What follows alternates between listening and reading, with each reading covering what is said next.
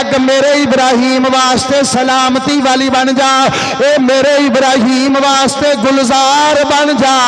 فرمایا ایڈی ٹھنڈی بھی نہ ہووی میرے ابراہیم نو ٹھنڈ لگن لگ پوے، تے ایڈی گرم بھی نہ ہووی کہ میرا ابراہیم نو گرمی لگن لگ پوے۔ عرض کیتی یا اللہ کنج دی بننا ہے؟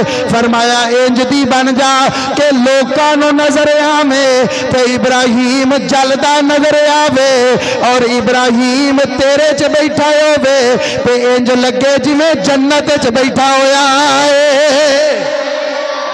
فرمایا تیرے وچ بیٹھا ہووے تے انج لگے جس طرح جنت دے اندر بیٹھا ہویا ہے۔ اس واسطے اسی آنے آ کہ بگڑے سارے کام بناوندا، بگڑے سارے کام بناوندا، ماڑیاں دی گل بناوندا۔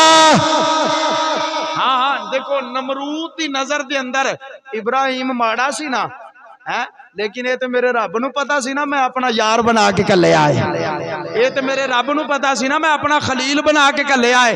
انہیں آکھیا ماڑا ہے، دنیا داراں دی نظر دے وچ ماڑا سی، لیکن رب نے فرمایا جنوں ماڑا آندے ہو پہ یاد رکھیا جے اے تے پھر میرا نبی بن کے آیا نا۔